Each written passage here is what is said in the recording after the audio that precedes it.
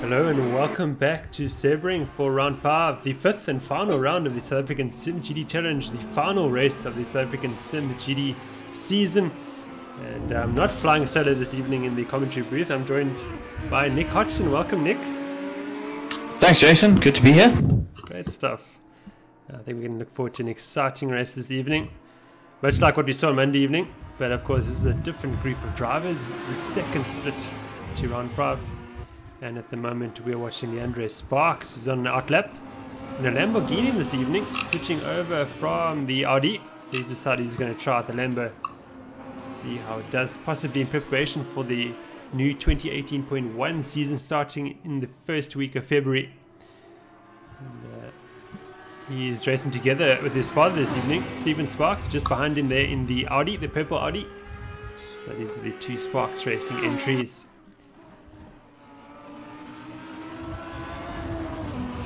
I don't see anyone that's posted a lap time just yet, just under 13 minutes remaining in this session.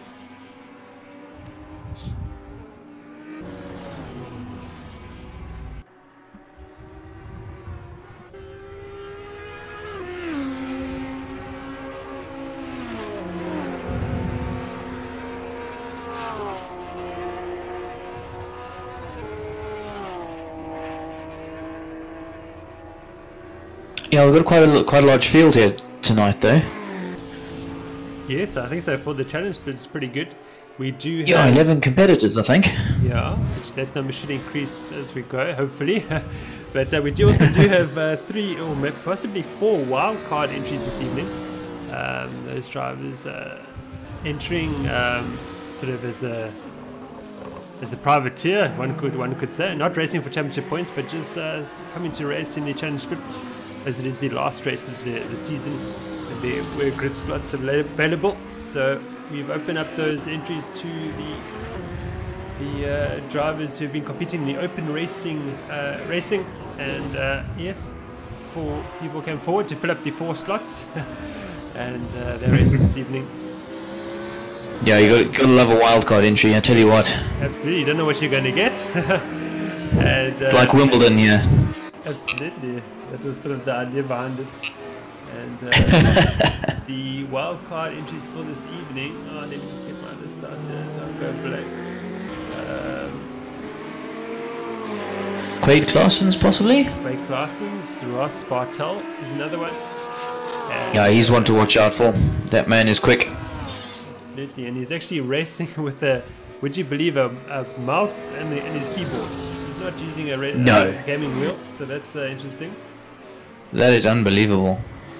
Especially if you sort of watch the open racing events, and Quade's actually won a race with that setup, so it's pretty impressive. Let's see how he gets on this evening. Yeah, that's incredibly impressive because, of course, a wheel is very analog. You can have exceptionally fine inputs of movement, whereas with a keyboard, you're just stuck with on and off. So quite how he's managing with such a digital setup, I have no idea. Absolutely, it boggles the mind. I can't understand it. But anyway, he's obviously made it work for him, and good for him. Yeah, so the wildcard entries for tonight is Ross Bartel, who's racing Lamborghini Huracan GT3. Danny Steenkamp, he makes a return to the championship, or this race. In fact, he did race with us Good man. 17.1. That was the first season this year. And back with us here for this final race in 2017.2. Quade Claessens, of course, who we just spoken about. He's racing a Ferrari 488 GT3. Ryan Ottens in the Porsche. And then Gerard Rautenbach. There's in fact 5 drivers. Gerard Rautenbach. He possibly will join us. I know he's battling with line issues at the moment, so that's unfortunate. And let's see if he can get on track before the race starts. But for the moment, it is Ross Bartel, one of our wildcard entries, currently in provisional pole position with a 2:01.165. And that certainly would have put him in a good place in the top split on Monday evening. So good pace there by Bartel. And then we've got Sparks in second, just half a second behind him.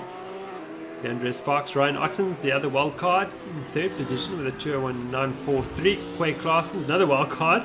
So the wild cards are doing very well this evening.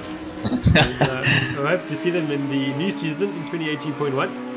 And then we got Hugo de Wits and Old Hand Ryan Hilde in 6th position, Dion Jonke in 7th, and Steven Sparks in 8th position. That's your top 8 for the moment. Good evening, gents. Wow, we welcome back here, James. Hey. Simrest SA royalty this evening. Welcome, Kat. Please. And professional Datsun driver. The only thing royal about me is my feet. This is going to be a great evening. What an opener. That's how we roll. If we're not rolling with a Datsun, we're rolling like that. Absolutely. Has the camera's been changed at all? I mean, I'm still stuck. Oh, ooh, ooh, ooh. Has that happened? And again, looking Yep. at Clifton Bridge. Yes, I'm Wow, in Clifton's car right now. we up and running.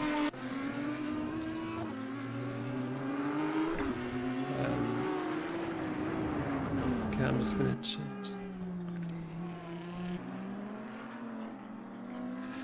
Okay, so for the moment it is still a Ross Bartel in provisional pole position. So one of our wildcard entries, Kat, we've got 5 wildcard entries this evening. So I absolutely heard, and I also heard that this Mr. Ross Bartel is driving with a keyboard and mouse setup. that's in fact Quade Claessens who's doing that. Yeah. Is that Quade Claessens that's Yes, doing that? yeah. So Oh, he's, okay, He's okay. currently in 4th position, would you believe it, with that setup? Because I would actually think that tire management would be a nightmare on that setup. Yeah, big time. Because every single corner you go into, you've just exceeded the slip angle. Yeah, absolutely. I don't understand how it's working. Maybe Quade needs to send us Well, I'll some tell you- pictures or something. 'Cause- Yeah, but Or I'll video. tell you what, if he's using a keyboard and mouse setup, he would have only been doing the open races, correct? Which Yes. are really short. And there's very little very little tire wear in those races. And this is now an hour and a half worth of racing. So this is going to be exceptionally interesting to see if it makes a difference. Maybe he does qualify in 4th, but we could potentially see him struggling later on during the race. Very, very much so.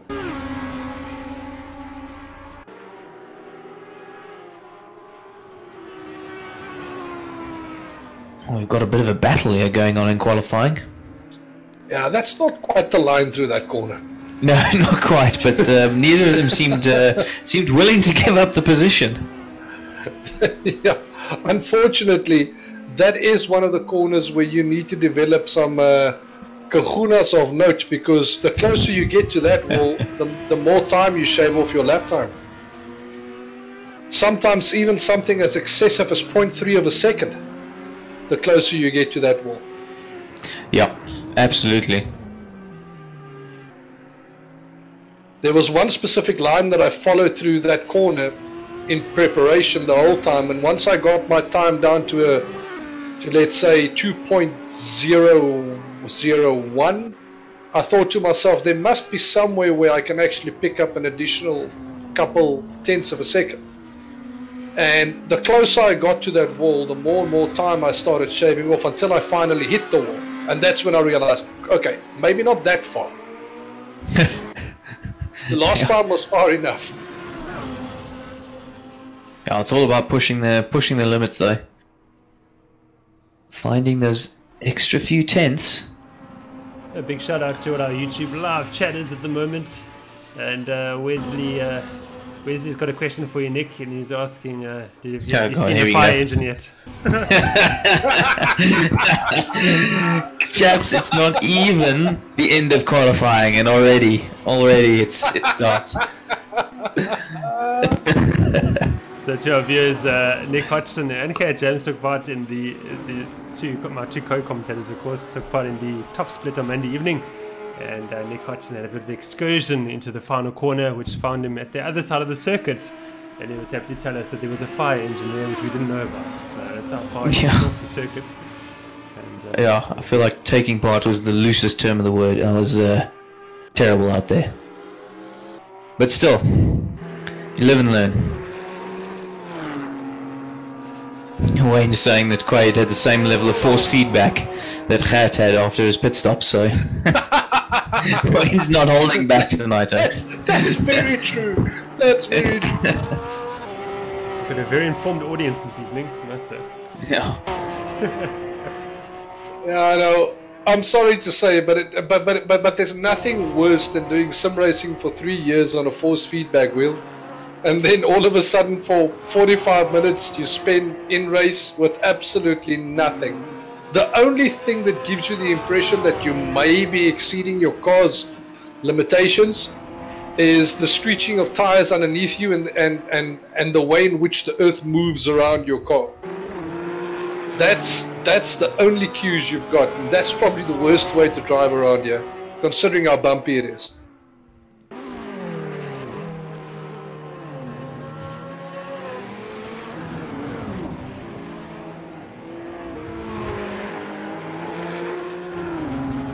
The one thing I found on attacking that hairpin bend at the end of that straight is patience. Braking early enough so that you can get an early turn in, staying off the accelerator as long as you can, and the moment that you feel comfortable in getting down on the accelerator hard, you do so. Working the gas pedal in that specific corner is actually a surefire way to lose time. Patience is what's going to gain you time in that hairpin. Which line did you end up taking through there, Gert? Because I found you could do, you could kind of go a bit later into it and get a straighter drive out, which would help by the end, by the next corner, or you could take a more traditional line, go quicker through the corner, but then lose out a little bit down the straight. No. I could never quite figure out which was the best line.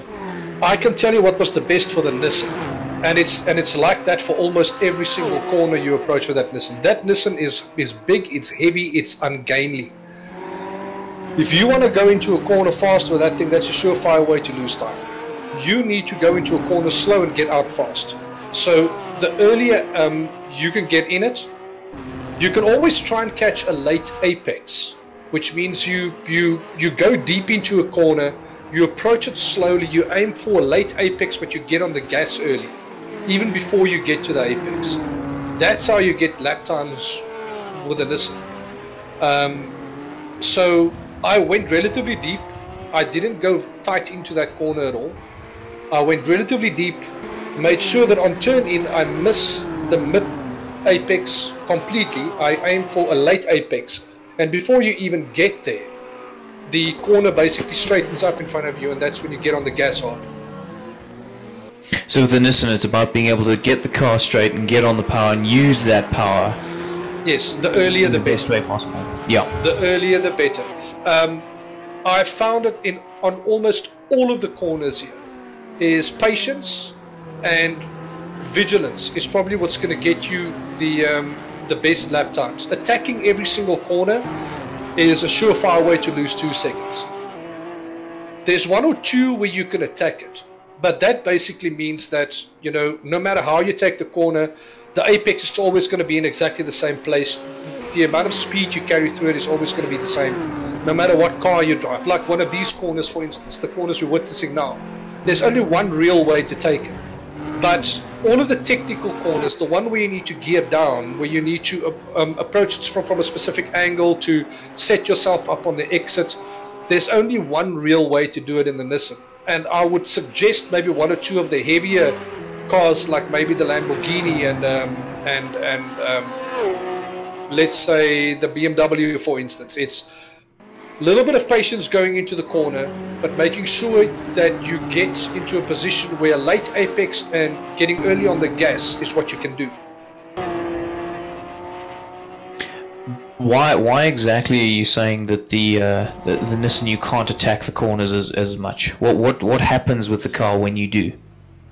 It's too heavy. The weight transfer of the car basically throws you off balance completely. The moment you do that, it's almost as if the car struggles to gain power back. It's almost as if you stuck half a kilogram of dirt in its carburetors or something. There's just no power at all.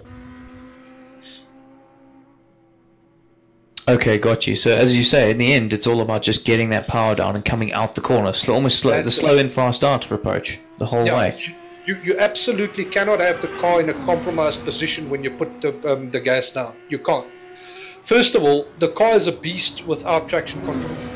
In order to get the best lap times, you need to cut back on the amount of traction control that you are using, which means you cannot be aggressive on the gas when the car is not pointed in a straight line. You cannot do that.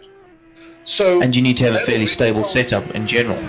That's it. So now it already tells you half of the story. It now basically tells you what you need to do to get the car around the track fast. You need to make sure that you brake in a stable line. You need to make sure that your turn in is quite late, that you aim for a late apex with as much coast as possible. The most amount of speed that you can successfully take through the corner without even touching the gas. And the moment that you get to that late apex, that's when you get on the gas hard, because that's when your car's pointed in a straight line. No, you make that's very exceptionally valid points there, Gert. Absolutely. Well, it's the end of qualifying, and it is Ross Bartel who's claimed pole position, one of our wildcard entries. So well done, Ross. That's fantastic. Yeah, exceptionally well done.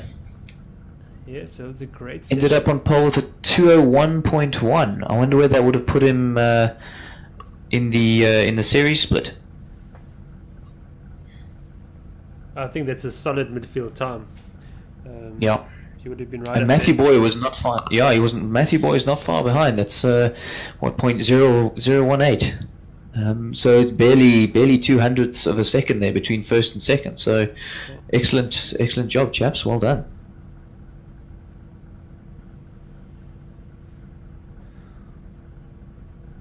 Top 8 all separated by no. Top 7 separated by about a second. And all in fairly different cars as well. Yeah. About five manufacturers in the top 7. That's great. Unless my maths has failed me, but think about that. Yeah, 5.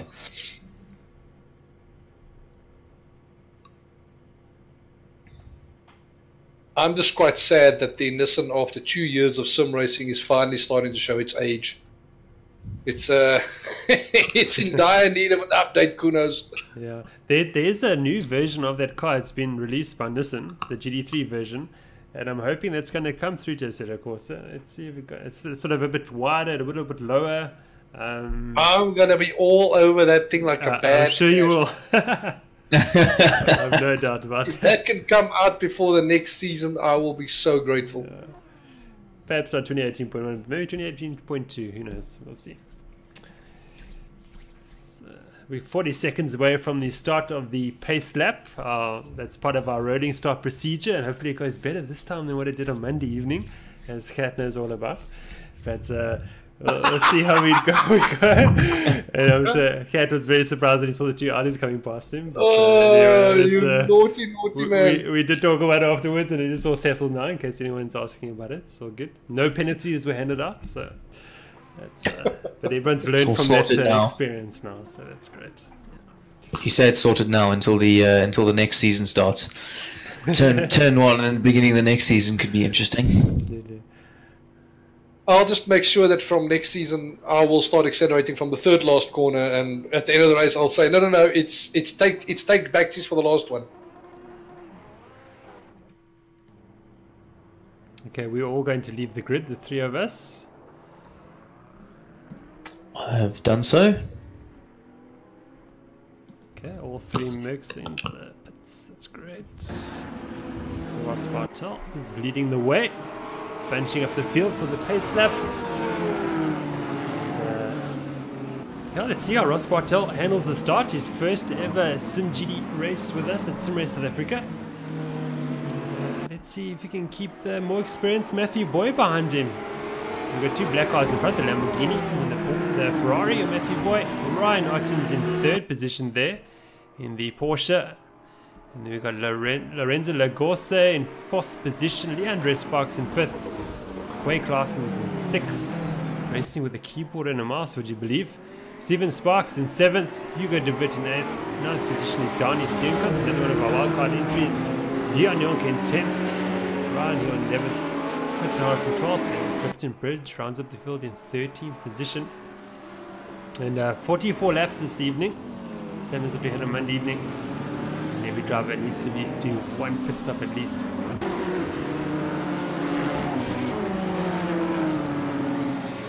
But yeah, the top 4 cars, all different manufacturers. So that's great. Lamborghini from Ferrari, from Porsche, from Nissan.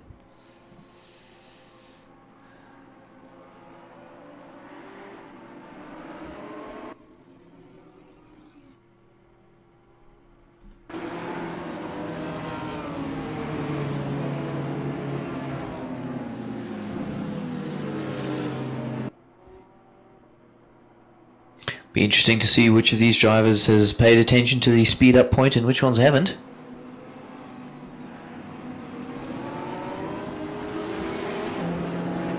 And off he goes. Ross Bartel's got that speed up point absolutely perfect. Off he goes. Nice gap back to Matthew Boy already.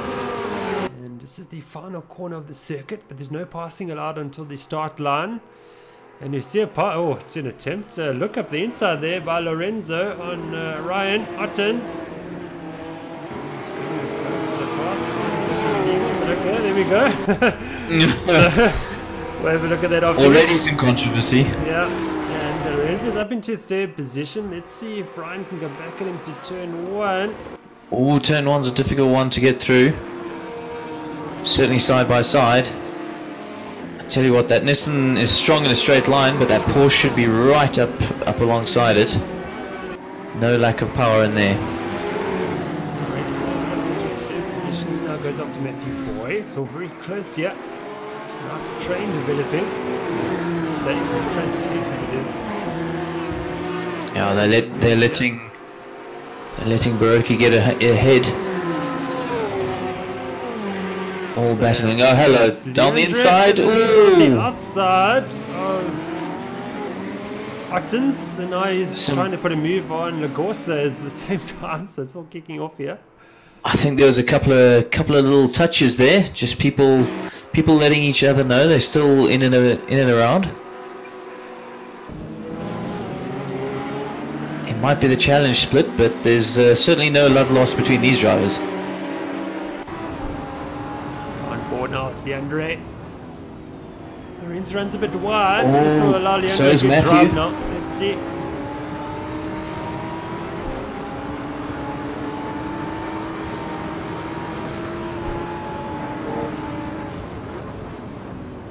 Oh, that's not the place to make a move. He's going to be all over him. Oh, that mistake Oh, no. again. Oh, Same thing we had goodness. from Wayne Wortley on that corner. Same things happened to Leandre. And He's Wayne rejoined safely though. See, it's not so difficult to do that. And here I was thinking that that Lamborghini was exceptionally easy to drive. This track has demons.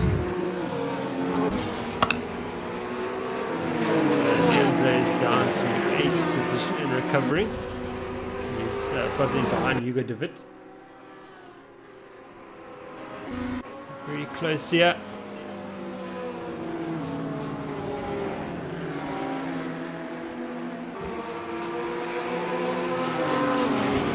People are starting to get into their rhythms. You can see those lap times starting to tumble. Oh, as you see, Boy running wide, and through goes. Who's that? Hodgson, I think. He slipped past. Yes, he did. Hodgson's up into 3rd position. Of course, also slipped past, I think it was. So Bartel leads this race now. Got a 3-second gap.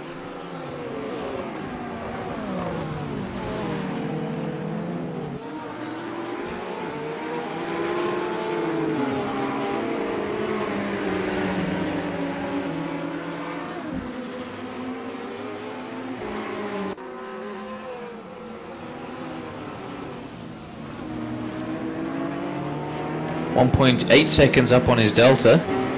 That Porsche is right up alongside the bumper. And Nissan's going to need, Lorenzo and his Nissan is going to need every last drop of power.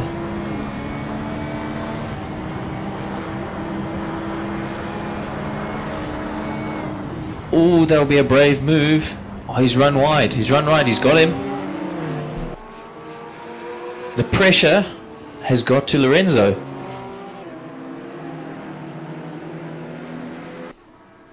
Yes, This is going to be a test of his character. 2 wildcard entries of Bartel and Ottens leading the way. Showing the rest how to do it for the moment. Gorsa in 3rd, Matthew Boy in 4th. Boy coming under pressure now from Quay Claessens.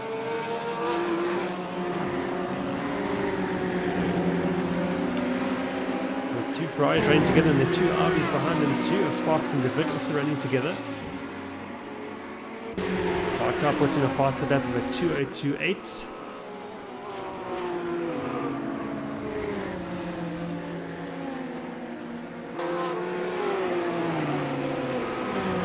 I tell you what, Bartel seems to have got into quite a good rhythm to start the race with already, and that's so key when you're on pole position, to get into that car, get going, and get up to race pace from lap 1.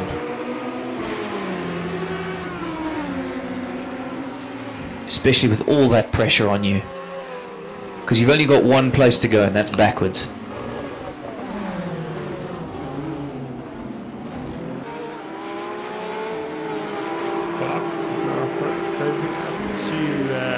Claessens too, so that'll soon be a 3-way battle for 4th position.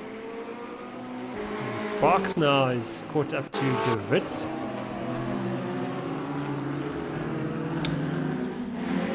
Oh, hard on the brakes there from Sparks. I think he outbraked himself slightly there. Luckily no contact, but I imagine he's going to be fuming in that cockpit after the mistake.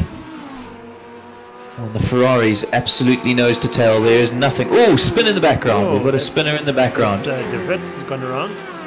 I wonder if there was some contact there. What do you think? Didn't look like it from here, but you never know. Missed it, unfortunately.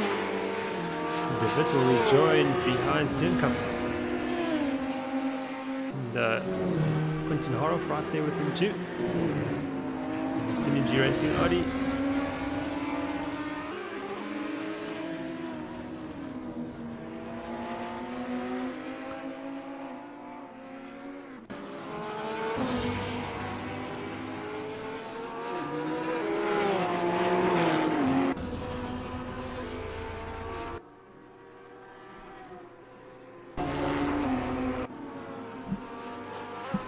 Bartel, I think, with the new fastest lap, if I'm reading it right.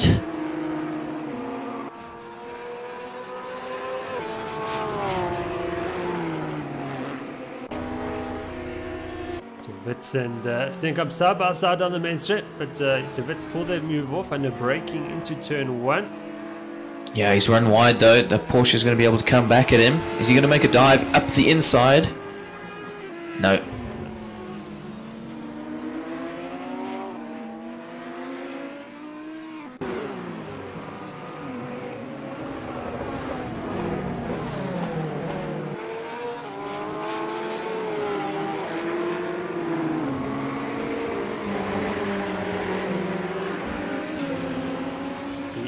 Two Sparks together, and yeah, Leandro's got his father. He's got past him. It's almost Christmas time. Don't cause family issues now. Exactly. I'm gonna claim family team orders there. Let him through.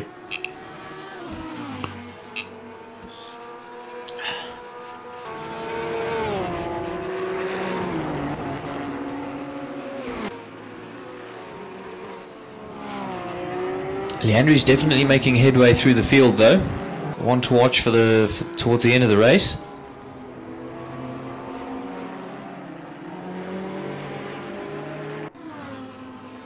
Leandro is of course a very capable sim racer. Wouldn't surprise me at all if he's in a podium position by the end of the race.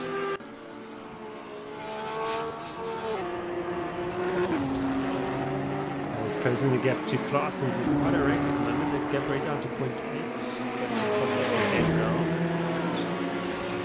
He's catching up to. I'm starting to think there's a tow rope between those two Ferraris. They just neither is getting away from the other.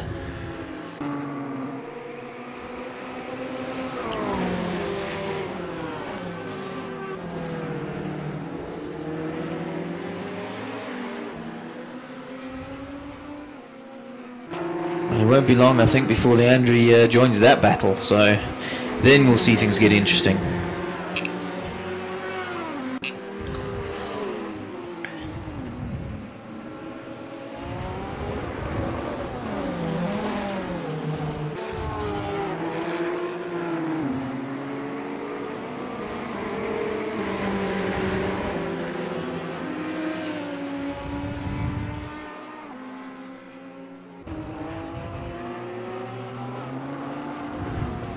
Has had an issue, he's fallen back to 11th. I think he was in 9th at one stage, so just falling back 9 seconds behind Haroff.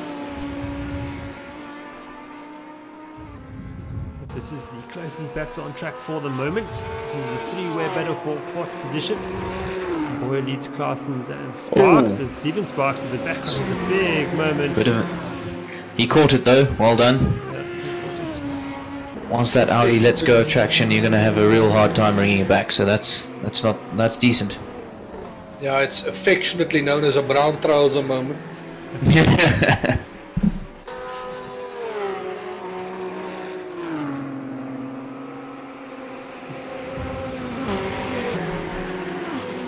I'm always thinking that Quade Claessen at this point, following Matthew Boy, he's just watching some of the lines and things he's taking. He almost seems to make the same mistake that Matthew will make.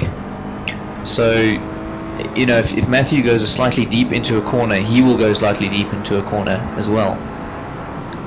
It's almost as if he's falling into that trap of watching the guy in front rather than watching what you're meant to be doing, if that makes sense. Rather than driving your own line. Exactly. You know, because being behind another driver, you're always trying to outbrake them and take the corner a bit quicker and push the limits. And if that driver makes an error, it can make you do the same thing because you're trying to better that other driver all the time. Absolutely, you can become too focused on the man in front rather than what you're doing. It's a very easy mistake to make, especially when you're very close to the car in front of you. Oh, hugely. It usually helps to have a teammate that you can practice, you know, sitting on that person's bumper for a lap or two, just so that you can try and find alternative braking markers, alternative turning markers. If you have something that is not trackside, if you're using little cues in the track itself as your brake markers and turning markers, that now becomes obscured because there's a car's bumper right in your face. And you can see now there's suddenly a gap between the two, and I reckon it's because Leandri has now pulled right up onto the bumper of Quade, and he's now concentrating on Leandri's more than he is concentrating on Matthew. So being able to run in amongst a sandwich of this Italian variety it's quite difficult. Very. Because you got to watch out for the guy making a move behind you, but at the same time you don't want to lose the advantage you've gained towards the guy in front of you. Some racings at times can become such a chess game. I remember being in 3rd position in a specific race in simGT at one point when I couldn't wait for the guy in 5th to catch up to the guy behind me, because I knew the guy behind me couldn't handle mirror pressure. But and neither could I at that point. So I needed that guy to catch up so that I can at least have a bit of a breather from the guy behind me. And it works. And don't you find as well that... Sorry, Gert, don't you find naturally you, as a person, will prefer one to the other? You will prefer chasing or defending. You will prefer, you know, being in a tight battle or running completely on your own. There's I certainly noticed from my perspective. I prefer chasing. I've got a car that's got the legs on most cars in a straight line, and so from that perspective, I prefer chasing. I know that. Oh dear, goodness gracious me! Oh my goodness! He's too much curb, unfortunately. Yeah. The thing is, I know out of experience that if I get involved in a tight tussle, I can probably get you on a straight with a Nissan. If I was in a car that had the cornering ability of the Audis and the BMWs and whatever, I would actually prefer to be in front, because then I can defend. Because I'm going to pull gaps on you in the corners, and I can defend going down a straight. Yeah, I found those tracks that I really get the BM dialed in. If there's somebody coming up behind me, I really don't mind having a full-on battle, and you know, I can keep people behind me that are much quicker, even in a straight line. I can keep them behind for lap after lap. But you know, if it's a track that I'm not so au fait with, I'd much rather be chasing. Yeah, the thing is, there's one thing though that does count in the favor of the Nissan. The Nissan can, for instance, qualify half a second slower than anyone else. But when properly dialed in, and it's faster down the very long straights, it will probably catch you within 3 or 4 laps going down a specific straight. Unless you can take the corner leading up to that straight perfectly every single time, the Nissan will probably capitalize on one of your lesser corner entries and exits going down the straight. It will capitalize and it will take you because of its superior straight line speed. There was an instance in a Silverstone race a couple of years ago where I remember, just when the Audis came out, that the Audis were so slow in a straight line that when the Nissans were behind the Audis, we would catch a tow from about 100 meters behind, catch them and pass them before the straight ended. The Audis, on the other hand, would be right on our bumpers going into a corner down the straight, and the moment we hit the straight, we will actually end up breaking the toe on them. That's the one advantage of having. Yeah, well, it's the one advantage of having a car that's quick in a straight line. If you've got the advantage in the corner, that's you have to be pinpoint through every corner to make that count. If you've got the advantage on the straight, you just have to put your foot down. You're not going to get that wrong. Yeah, but it also requires you to not be too far behind once you get out of the corner, which means in many respects, especially driving with something like the Nissan, you need to be on it for longer because you need to get your entry into the corner correct. You need to not be too far behind once the corner ends, and once you get out of that corner, you need to be able to get your foot down from about 30 meters behind that car, catch a tow, and get past them successfully before the end of that straight. It's not easy. It took us laps and laps on end to actually get that right because the Audis was just that good in the corner. Leandri Sparks taking advantage of a mistake from Steven Sparks there, and making a good little move up the inside. Again, if you can pressure someone into a mistake, that's a skill in itself.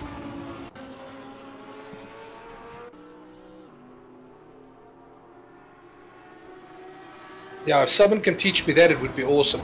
I could have done with that going after Bash the other evening.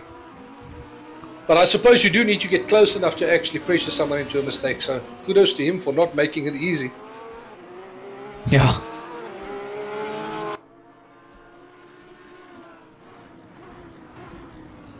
I think with the pressuring tactic, you've got to be really on someone's bumper lap after lap. You've got to be there the whole time, not make any mistakes yourself, because if you're making mistakes, then the guy in front is thinking, right, if I just stick to my line, this oak is going to make a couple of errors here and there, and he's not going to be able to get past me. Whereas if he's just there the whole time, constantly making little moves, just unsettling the guy, he's thinking in his mind, sure, this guy's definitely quicker than me, and there's nothing I can do about it. He's making no mistakes. He's completely perfect. I have to be perfect as well, just to keep him, just have a chance of keeping him behind me, and that after time is going to play on anyone's mind. Mm-hmm. I've the races where I've put the most effort in, the most preparation in, I grew an understanding of the kind of lines that you can take into specific corners, what will lose you time, what will gain you time, and often when you are being chased by a car, the optimal line through a corner is not the best line to take. Good example would be on one of the final corners on this track, one of the optimal lines will be to go quite wide towards the left before you come back into the corner towards the right. But if you do that here with a car that's that close to you, you open yourself up to a massive dive bomb when you've just given the initiative away. So realizing when to take the optimal line for the optimal lap times and when to rather take a lesser line but keep the car behind you is a skill in and of itself. Matthew's made a big mistake there, and Quaid is all over the back of him. This is going to be interesting. Matthew's got the inside line, but Quaid's got the speed. Does he outbrake himself? He doesn't. Goes round the outside. That was very well done. An opportunity well taken. Yep, you can't overheat the B key on a keyboard.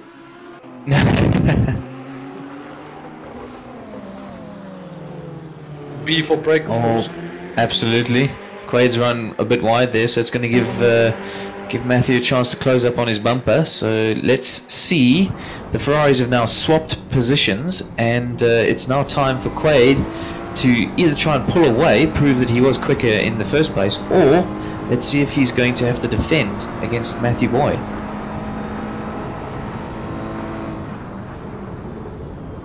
I mean, I'm not too sure what Quaid's racing history is, but I know Matthew Boyd again getting quite sideways. I was just about to say he's got much more racing experience than Quaid, but right now that's not showing.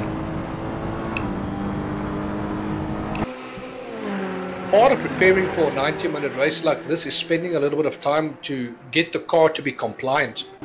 If you're driving in a car like this, in a race like this, and the car behaves like that when you get on the gas on the curb, you haven't done your homework. The car shouldn't be doing that. You've just turned the car into a desk zone. 100% right, and that's exactly what's happened to me during my race. The car was just all over the place. I could be pretty quick on one lap, but to do it for 90 minutes, it just wasn't it just wasn't feasible, and it was a big mistake on my part. And a lack of preparation. Quite simple, plain and simple. Exactly. And of course, the first step to recovery is acknowledgement. It's like an AA meeting, except this particular AA meeting, I'm drinking some whiskey. Yeah, no, look, a lot of the times when you prepare for a race, look, sprint race is 15 minutes long, no problem. Get the car as squirrely as you want it. You can take your chances, you can roll the dice. 15 minutes, you can absolutely drive the car on the freaking edge, and you can have a bit of a breather afterwards. Yeah, a little bit of adrenaline, you're good. You will get tired.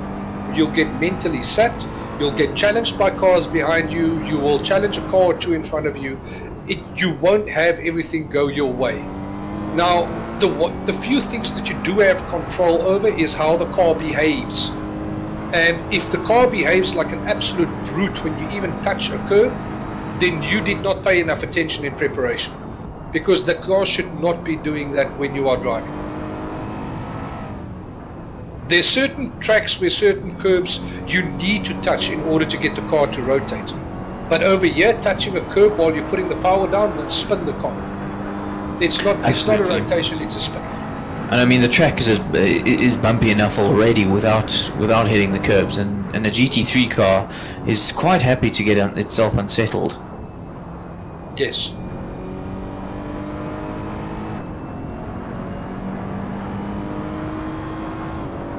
I mean, on board with Quaid right now, that was almost I don't want to use the word perfect lap, but I mean, he's right on his best there, so he's certainly running well at the moment.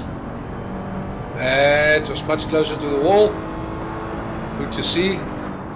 Kahunas of steel. Yeah. And you can see Ryan up ahead there. Do you think is he catching? What's the time difference between the two? It was about a second as they crossed the line, maybe 1.1 when they crossed the line. So we'll see at the start of the next lap.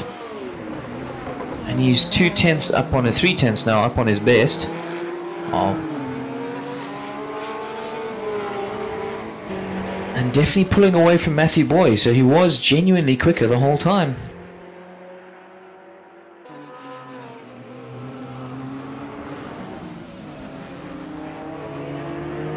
I see that Lorenzo Lagorge actually found his way past Ryan Ottens again. Yeah, it looks like we missed that at some point. Rectifying his earlier mistake. You know, Yeah. even the way in which Ryan passed him earlier. What was that? I saw that. Oh dear. That's was that Ryan Ottens? He had a big moment there, and he's now stopped, and I think he's gone back to the pits. I wonder what's happened. Yeah, I think that car got absolutely hammered there. Yeah, that's probably a write-off, eh? Trip to the panel beaters tomorrow morning. It was a little bit disappointing to see how Ryan Ottens overtook Lorenzo Lagorge earlier, because he was basically just having a little bit of a cheeky look up the inside, and Lorenzo just left the door there for him to take. It's like, okay, cool. Yeah, wide open. Had a look, take it. Absolutely, And yeah. at that point, you know, you could see that Lorenzo went like, oh dear goodness, I just had a look, but thank you. And it was a little bit disappointing to see the position given away that easily. But I suppose that kind of thing will iron itself out over time, getting a little bit more experience in formal racing like this. You'll gain a little bit of experience. Look, there's obviously, you want to not cause incidents.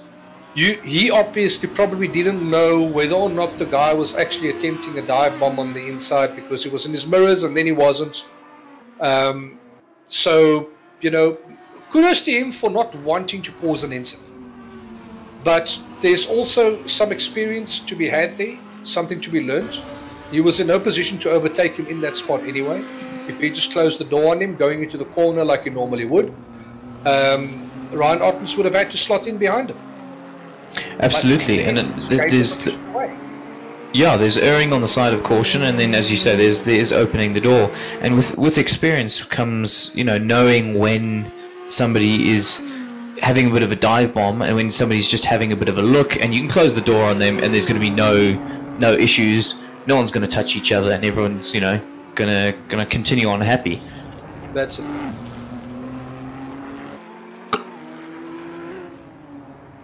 Because I would have loved, for instance, to see him close the door on the Porsche there, let him get out onto the straight, and let the Nissan actually show the Porsche that it's not going to be easy to overtake me down the straight.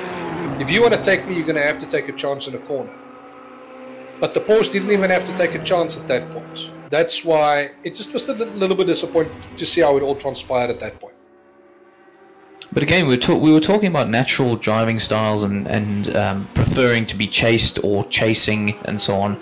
Again, as a driver, you're going to have a natural reaction to either you know, err on the side of caution, or go exceptionally aggressive and not let anyone through and potentially cause an incident. And I think we saw something of the natural reaction that we had in that particular scenario. Of course, all drivers are going to work on it.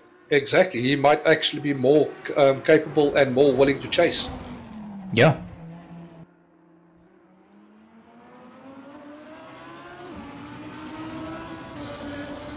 I do believe Lorenzo is the kind of guy that if you give him another season in simGT, that he can be one of the regular runners in the feature event. He's got the talent to do it. You can see that he can take a car around a track successfully. Yeah, absolutely. I mean, they're busy lapping people right now. That's some pretty good pace they're running. And I mean, he hasn't had any serious mishaps whatsoever. It's just a little bit of tentativeness that he might need to struggle. Shout out there to Quinton, letting the leaders through nicely.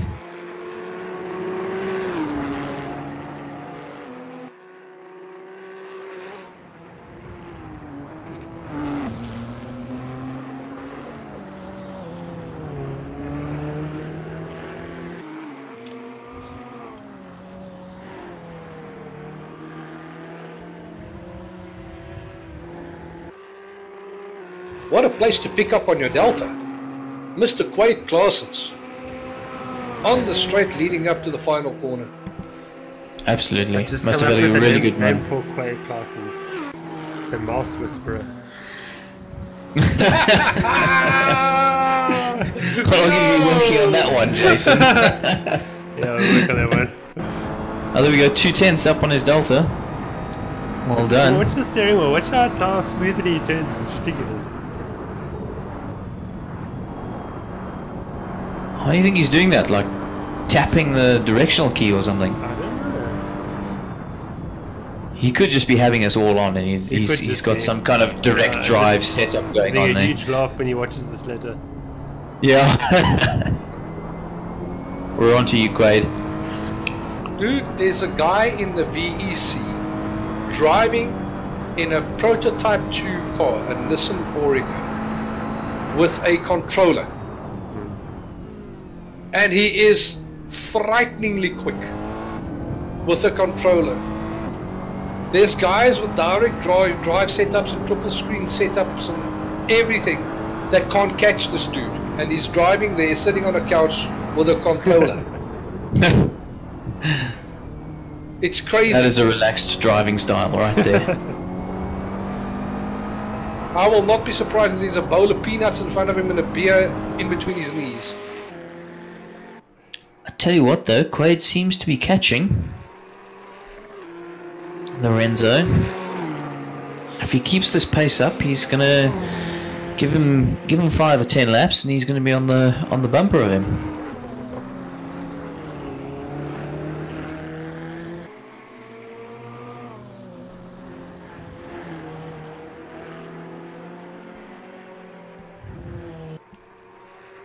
Again, picking his delta up on the straightaway. Yeah, the Ferraris is the type of car you can sort of lean on the aero through those fast corners. I think that's what Quaid is doing to his advantage.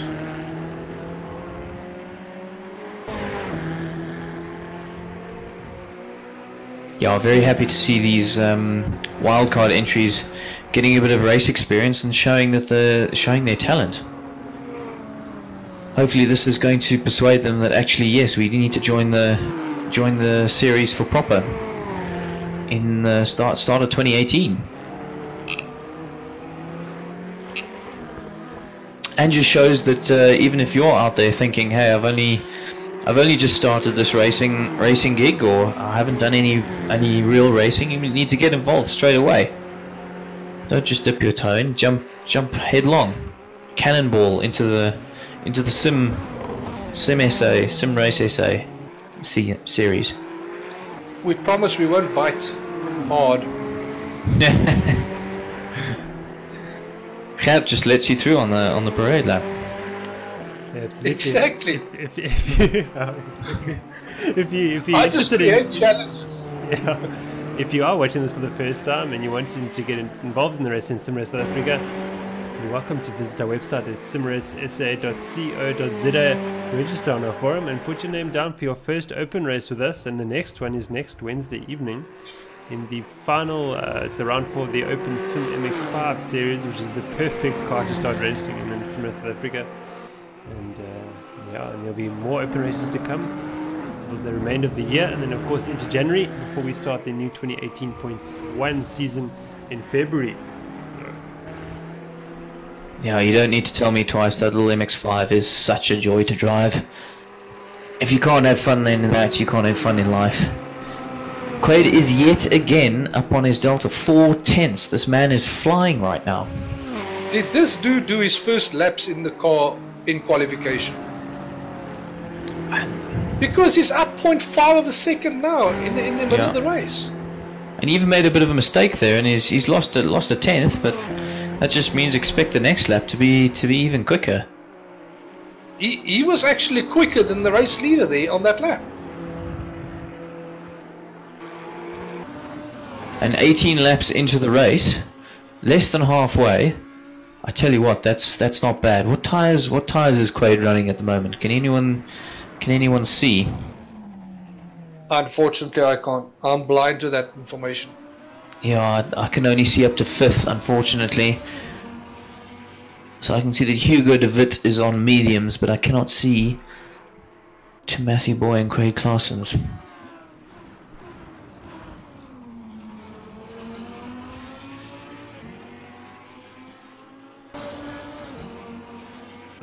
But I can tell you that our race leader, Mr. Ross Bartel, is running softs. Okay, that's interesting.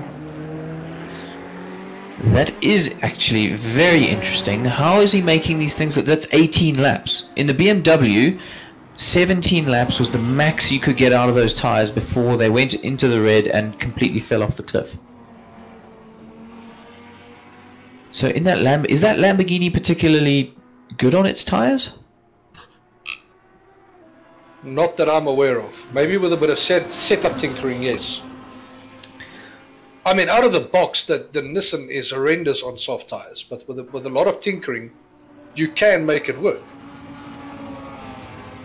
Oh, that could possibly explain why Quaid is quicker than our race leader now. Potentially, as I say, I'm blind, so I can't tell. But if he's on mediums, that would explain it, because now the mediums are still okay, and the softs are right at the very ragged edge of their life. I cannot believe that that Ross is going to be able to do 20 laps on softs without them completely falling off the cliff. I'm sure he can control the car, but to be quick as well.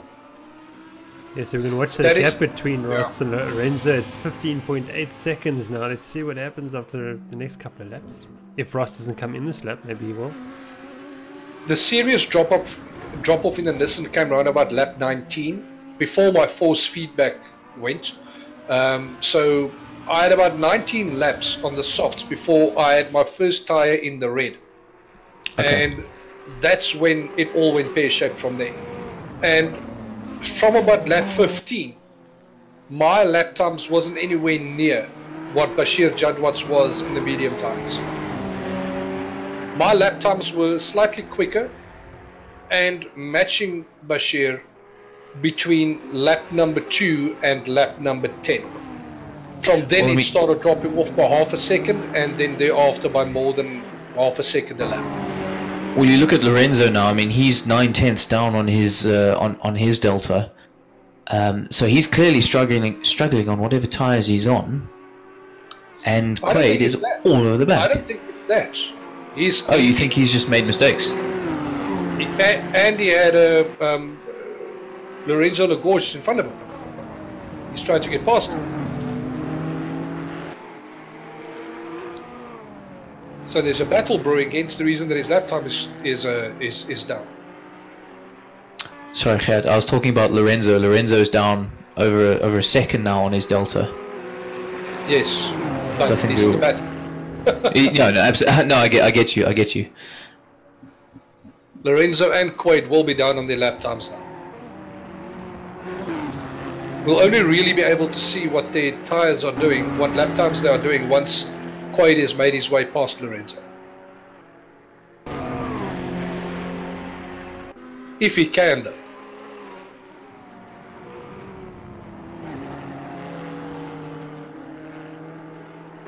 I tell you what, that is one of the most soul-destroying things as a driver, to be in a battle, which is so much fun, let's be honest.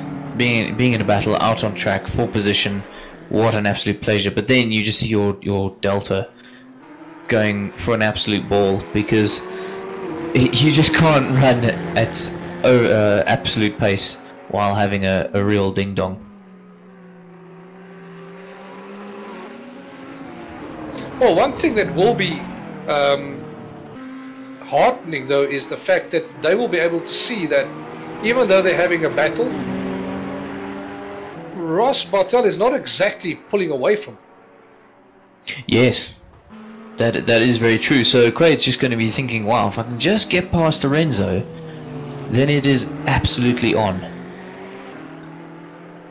And he must be relishing the opportunity to get some new rubber on that car right now. Huge. Because with his newfound lines, with his newfound pace around the track, if he can capitalize on that and be half a second to a second quicker a lap than, let's say, Ross in front of him, he's got a serious shot of hauling him in before the end of the race. Tell you, I'm finding it really entertaining how the Ferrari just closes the gap to the Nissan through the corners, and then come the straight. Look how close they are now. Whoops! I think that the Ferrari's going to look at the Nissan. Look at the listen. It's just like cheers, cheers, bud. I will see you later. Some rubber banding going on there, but you get my point. Yeah. Oh, going up the inside. Oh, Ran out of track. Ran out of track. Yeah, you don't want to do that now. You don't want to put wheels on the grass right now. Absolutely not. It's like driving through molasses.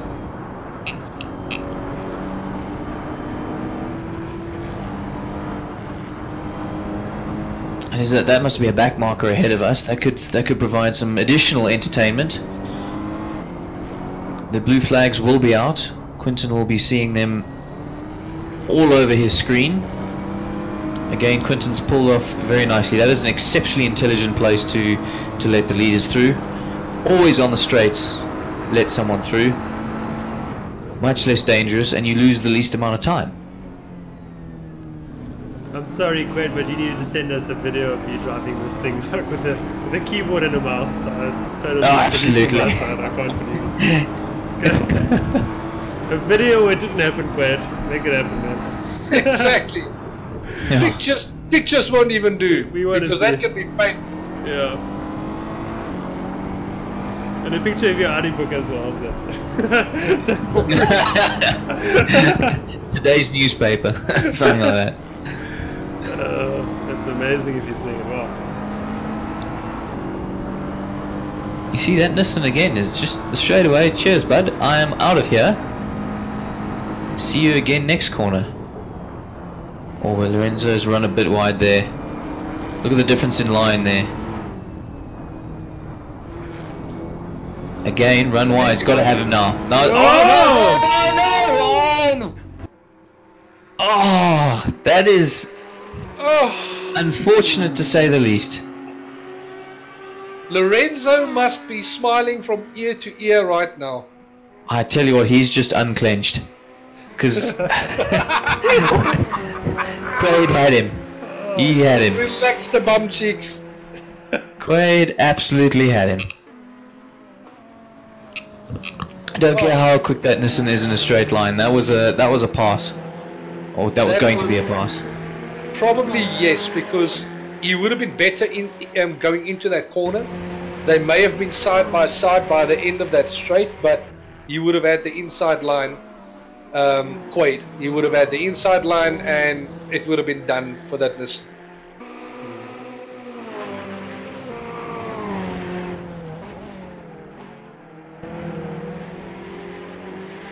Now to handle that broken car on this track. Oh my goodness. Absolutely. Peter Goldenhuis is saying he ran softs for 20 laps, no issues. So it is possible.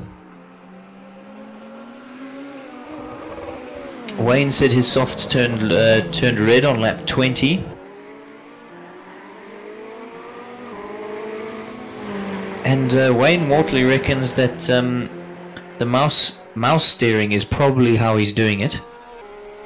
And it should be accurate if he's running decent DPI. So I think that would be more accurate than I agree. It would be more accurate than a keyboard. But even so, that is some fine hand control.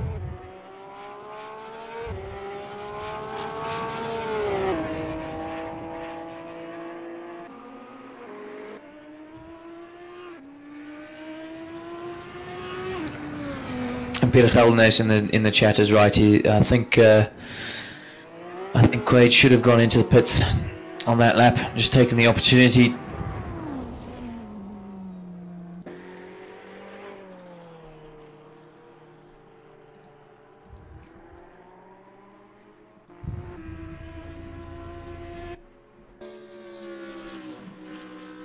The race leader's in the pits. So Bartels come in. So is Lorenzo from second. I tell you what, that little incident from Quaid has given Matthew Boy a bit of a sniff here. Yeah, he's been out of it for a while now. Quaid was just absolutely destroying him.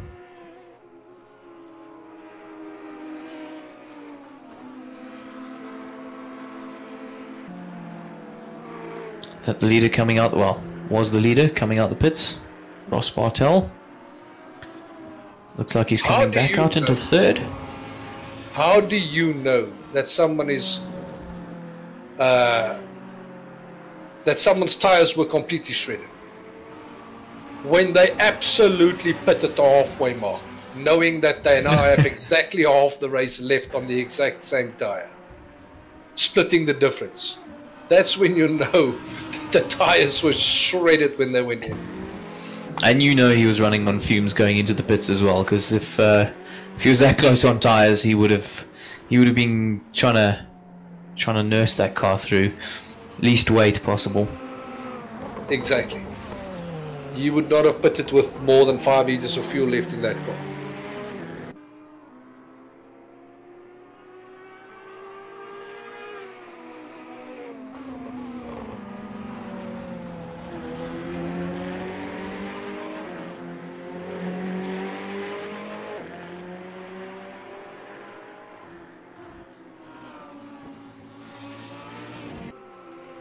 I'm going to tell you something interesting though. In that Bathurst race, where I was out on the soft tires in that Nissan, when I pitted at the halfway mark, none of my tires were in the red. That's how awesomely that car was set up. I got to the halfway mark, even with that strenuous mountainy section at Bathurst.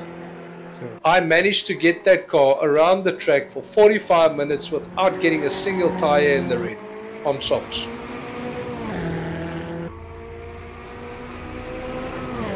It's definitely possible in this Nissan. Definitely. But each track is different. Unfortunately, this track, it gives you sections where the tire will cool down enough for you to be able to get a long stint out of soft tires, but it's also extremely bumpy. And that means going into certain corners, there's going to be periods where the tires don't make all that much contact, and each time that it comes back down and the suspension extends and the shocks extends, there's a bit of scrubbing going on the tire every single time that it moves downwards. And that scrubbing on the soft tire will remove a lot of the tread on this track.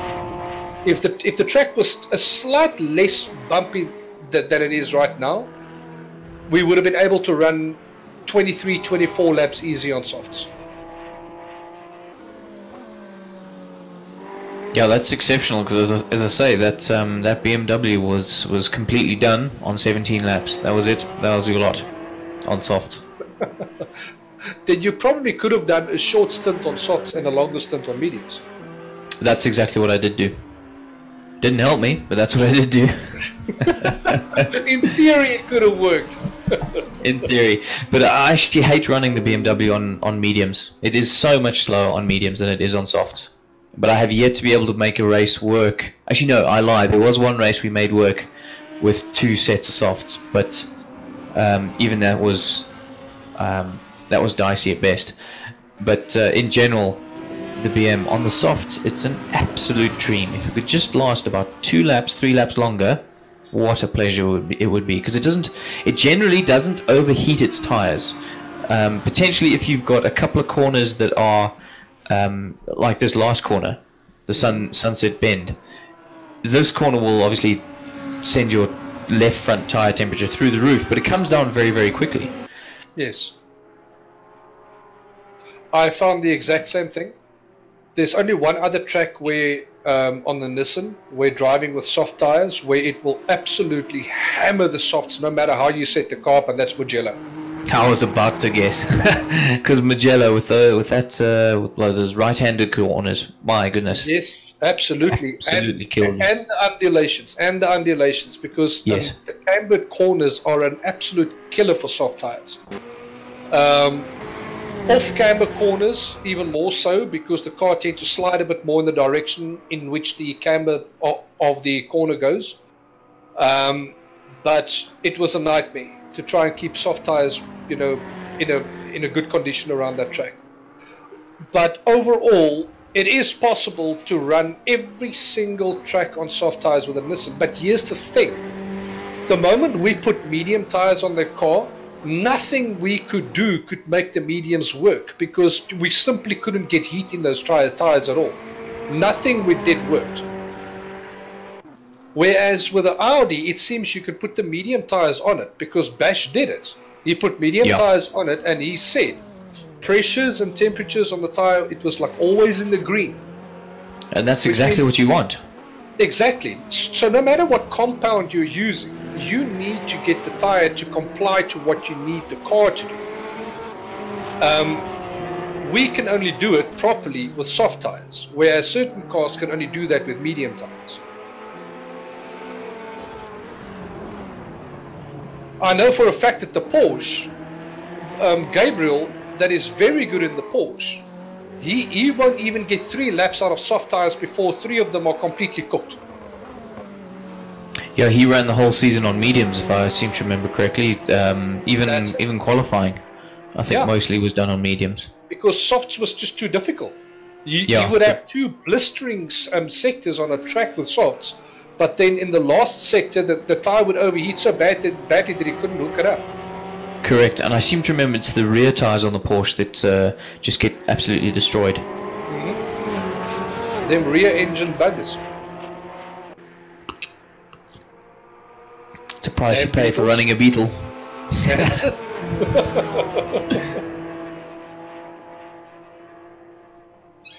No, look, so lap times overall race pace, no matter what tires you use, will pretty much be comparable. Maybe not so much for the hard tires, because hard tires will always be a challenge to keep to get and keep some heat in them. But softs and mediums, they will be pretty close to each other, depending on what car you use and depending on what track it is. The only thing you need to mind is pressures and temperatures. That's it. That's all you need to worry about. You're not necessarily going to be that much faster on softs, especially if you can't make them last for 20 laps. It's interesting, in the YouTube comments it looks like Bash has a theory that Quaid, if he's doing might be doing a Leslie and just doing a splash and dash on mediums, but I'd be very surprised to see that. I think he may have even pitted. Yeah, Quaid's already pitted. Yeah, it's done. Yeah. Sorry, Bash. To Matthew Boy in the process. So Boy's moved up on Claessens into 3rd after the pit stop phase. Did Leslie Oliphant run the race the other evening on hard tires? I'm not sure. I think it was a mediums as far as I understand. Okay. But I'm not entirely sure. Based on what everyone was saying in the chat, it seems that I think Leslie just ran the whole race on mediums and did a splash and dash. He somehow made it work, and that's why Bash was saying he was so worried. That is utterly incredible. Being able to get through 45 laps, 44 laps on one set of medium tires. That's incredible. Quite an interesting livery to that BMW. Oh, flashing its lights as well. Is that a livery or is that crashes? Is that dead? I think it's a livery. Okay. I noticed it beforehand. Maybe my graphical settings have been turned down enough for me to have that that moment where I need to wonder whether or not it's dents or livery. That car looks very second-hand. Wow. Bongi, comment of the evening. Leslie is just a cheap racer. He doesn't want to pay for a pit crew or spare tires.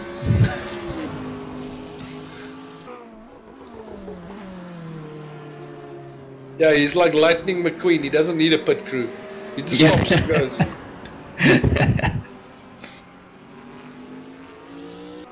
Do you know what tires are? It's those round things that go under the car.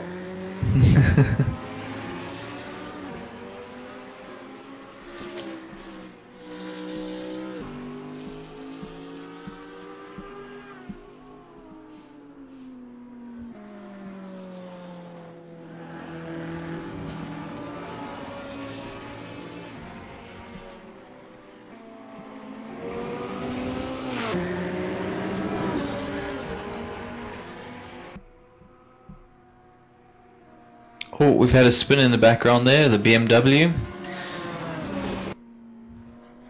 very familiar sight for you. Thank you. Gonna have another swig of whiskey here. That was my dig at you for the evening. You mean for the evening? For this? I didn't have another dig at you. When did I do that? I just expected. I brought up the fire truck. No, but you're happy to mention it now. Where It's is actually it? back Oh, there. there it There it is. Oh, Yeah. there it is. Yeah. Ah, okay. That is how wrong. That is how far wrong I went. You asked for directions, Nick. Christ, Where's the final corner? I literally slid in perfectly parallel park next to him, and I just leant out the window, said how's it mate, and then went on my way. Tell me, Very I'm looking for the final corner of the circuit. Can you just put me in the right direction, please? Thank you. Yeah, exactly. very nice chap named Phil, and we got along famously. You need to point your car in that direction over there. You know which track you are, right? Sebring.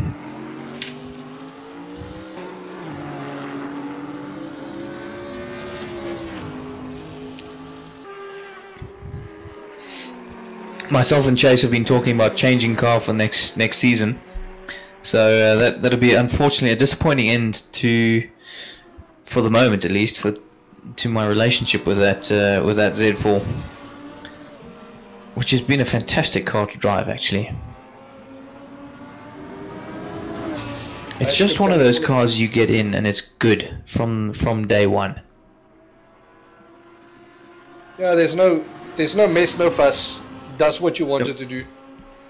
In fact, if you're looking to start GT3, the GT3 Championship, and you're not sure what car to take, you can do a lot worse than that BMW. There are loads of setups around, because I think it's one of the first GT3 cars that was ever launched for Assetto, and it's just good. Like, even the default setup, you can drive it very well, very competently. It's not like the Audi, which is, tail happy. The Porsche is tricky. The Lamborghini understeers, things like that are all on default setups. This is good from day one.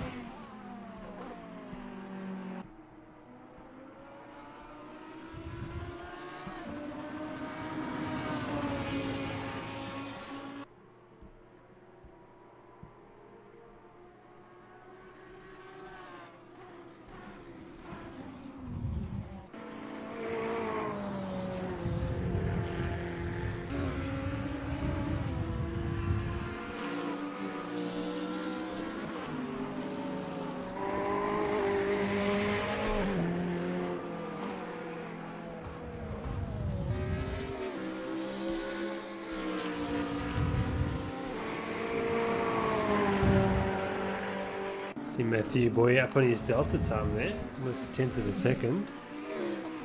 That's interesting. See fresh tyres coming in now. It's lost a bit of time there, unfortunately. Oh, it's always nice to be on fresh tyres, even though you've just chucked a load of fuel in the car. Now that you've got a few laps under your belt, done your first stint, what a pleasure.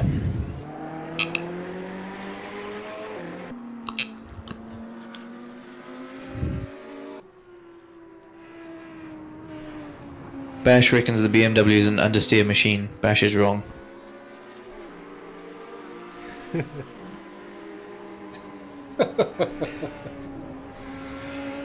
In my first season in simGT, it was between Bash and Boyd to take the championship. And Bash absolutely brought it in that BMW. Won a few races, Boyd won a few races. In the end, Boyd took it in the final race of the season. What was Boyd in at the time? The Nissan. It was basically a Nissan BMW showdown in that season. It was also the first season that the Nissan came out, pretty much like the Audi was. This current version of the Audi is like the first season it's been introduced. So back then the Nissan was deemed OP against most of the cars. we basically argue that it wasn't. It may have had the legs in a straight line, but we had to do a hell of a lot more work to get the car to do what it needed to do in the corners. Whereas cars like the BMW, the Mercedes, even the McLaren at that point was much quicker in the corners, much quicker. And if we weren't careful, we would be losing all of the advantage and more in the corners what we built up down the straights. So it was hard work. It was very, very hard work to make the Nissans work though.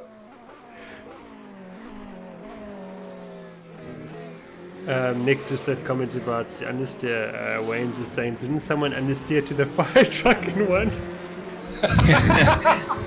As I've just replied to him, hells no, that was the biggest drift you've seen in your life.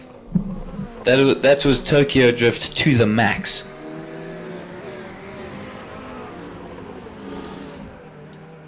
There may have been a few choice words at the time as well.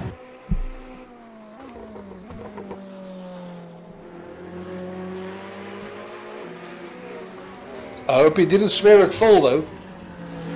No, I didn't swear at Phil, I swore at Chase. Leave Phil out of this, okay? Phil the fireman is forever a legend. Shame, the oak was lonely. I'd be surprised if there'd be Phil the fireman on the side of your car next season. I dare you! I dare you! I'll put him on the. Season. Do it! I'll put him on the passenger window. Then he can be my co-driver. There you go. Livery next season. Yeah. Phil the fireman on the side of the car. I promise you, I will buy you a bottle of whiskey. Excellent. You have yourself a deal, sir.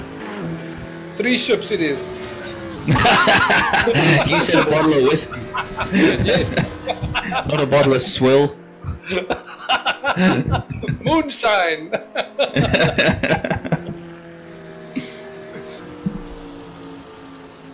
It sure as hell won't be Chivas Regal.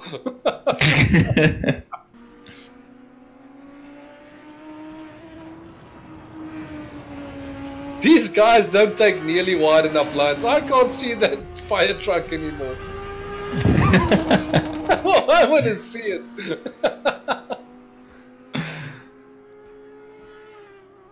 Yeah, that's not quite the line to drive through this corner.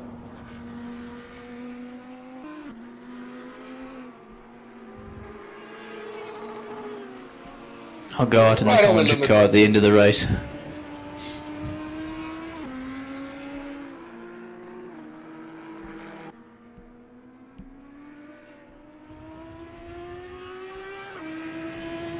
You can see Quentin, they're just putting too many corrections into the wheel around the corner. It's going to work on sort of one swift movement. And then we'll see improvement almost immediately. Yeah. Ooh! Outbraked himself there, unfortunately.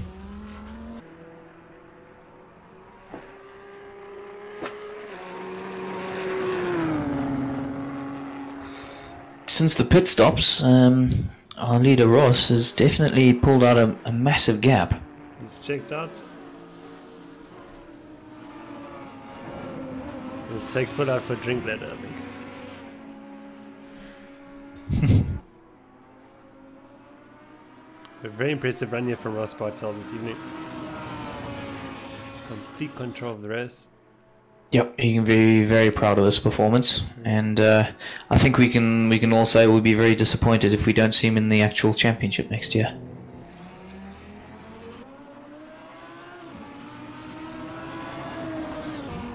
Here's the difference between someone that uses the entire track and someone that doesn't. We just saw Quentin Harrell, for instance, drive around the track into corners from, let's say, middle of the track sort of thing. That's basically someone that is now trying to get the car around the track safely without making too many errors. It's not going to give you fantastic lap times, and overall you're probably going to end up losing 30, 40, 50 seconds over the course of a 90-minute race. Someone like Ross Bartel, you can see, is trying to use every inch of the track. obviously not as much as you would in qualification, because in qualification you're pushing limits. You're going as wide as you possibly can. If you catch a slide on a corner somewhere, or on the curb somewhere, you know, you always have a second bite, maybe a third bite, fourth bite at the cherry. You just keep going. But in a race like this, 90 minutes, you don't want to push the limit too much, but you also don't want to give too much away either. So the closer you can get to the limits of the track in race mode, that's usually the sign of someone that's going to be competitive going forward in simGT. If you look at these entries over here, he's going very wide on the right. Oh dear! Don't take out the race leader, please. That's not a very safe place to try and enter them. It's also the wrong place. You got to go around the cones. But after that scare, watch what he does. He's basically entering every corner from wide, trying to catch a late apex on most of the corners, using all of the track. He's now going to drift wide towards the outside, and he's not going to put his tires on the grass, but he's going to be relatively close to the outside before he comes back in again. He's making use of every inch of the track that he possibly can. That's why he's running at the front.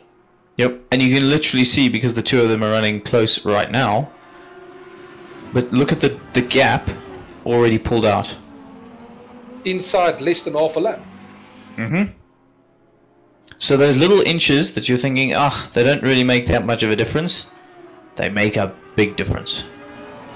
They can sometimes mean the difference between 2-3 tenths of a second in one corner alone. The wrong line, or a shallower line that you take into a corner because you haven't even tried to take it from wider, is what can cost you 2 or 3 tenths of a second easy.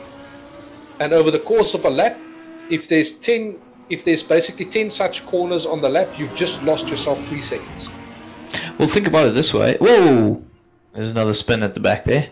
But think about it this way. In the last BMW M2 race, there was 0.173 between pole position in qualifying and myself in 5th position. That is nuts. So that's like an inch or two on one corner. Exactly. So those inches, they add up, and then you put that into the race, and now that translates into multiple positions. That can be 10. That put you 10 places back at the end of the race.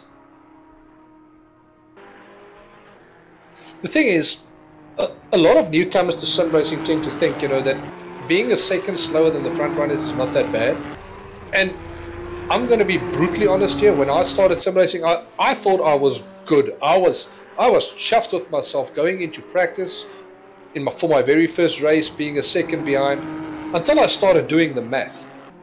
If I'm a second behind, 15, 20 laps into the race, I'm going to be 20 seconds behind everyone else. And that's not good. You want to be as far up the field as possible. You want to be as competitive as you can possibly be. And that sometimes means recognizing what you are doing wrong. If you're not using all of the track, maybe focus one day. Forget about lap times. Just focus. Driving relatively slow, but making use of all of the track. Maybe see how deep you can brake without upsetting the car too much. Maybe see how late you can turn in without spinning the car. Maybe see how early and how hard you can get on the gas without spinning the car 2 or 3 times in succession. It's pushing the limits, and then once you've reached those limits, pulling it back a couple centimeters, and then doing it for all of the corners, and then stringing all of those corners together. Everything that you've learned over let's say a 100 lap stint, stringing all of those lessons that you've learned over all of the corners, stringing them all together in a coherent lap. That's how you get yourself within that 0.2 or 0.3 of the front runners if you want to be competitive. Agreed, and break it down. So a second a lap will actually seem, when you're really pushing hard, and I see Ross Bartel, I think, has now set the fastest lap of the race. If you're pushing as hard as you can and you set your personal best, and you're still, let's say, a second off the guy who's setting the ultimate pace, that can be quite daunting, but look at it from the point of, okay, how many tenths or how many hundredths is that per corner? And it's actually very, very few. So the chances are you're making mistakes on 2 or 3 corners probably. So you're almost there, and it's just about finding that little bit extra through each corner and working out, trying different lines and figuring, hey, I'm a few hundredths quicker through this corner or a tenth quicker through that corner. Add them all up. You do that for every corner, and there's your second, there's 2 seconds even per lap, which makes a huge difference. It will always be the corners where you are losing it. It'll be on the brakes and it will be in the corners. Always. Because no one is driving down a straight on half throttle. Everyone's driving down a straight at full throttle. So you're not going to be slower than the next guy down the straight unless you're deliberately driving on full rear wing or something, which is very rare. So considering that everyone is basically going to be driving with a decently fast car in a straight line, you will almost always, if you feel yourself to be a second or 2 slower than anyone else and you don't know where to find it, look at the corners. You will find it there. You will find it under brakes, you'll find it in trail braking, and you will find it in the corners. How you enter it and when you exit it and how early you get on the gas. And also don't be afraid to try different lines through a corner, because you will think, oh, this is definitely how a corner is to be taken. Like, it feels right. Try different lines. Often I thought I had a corner nailed. This feels right, and actually it's wrong.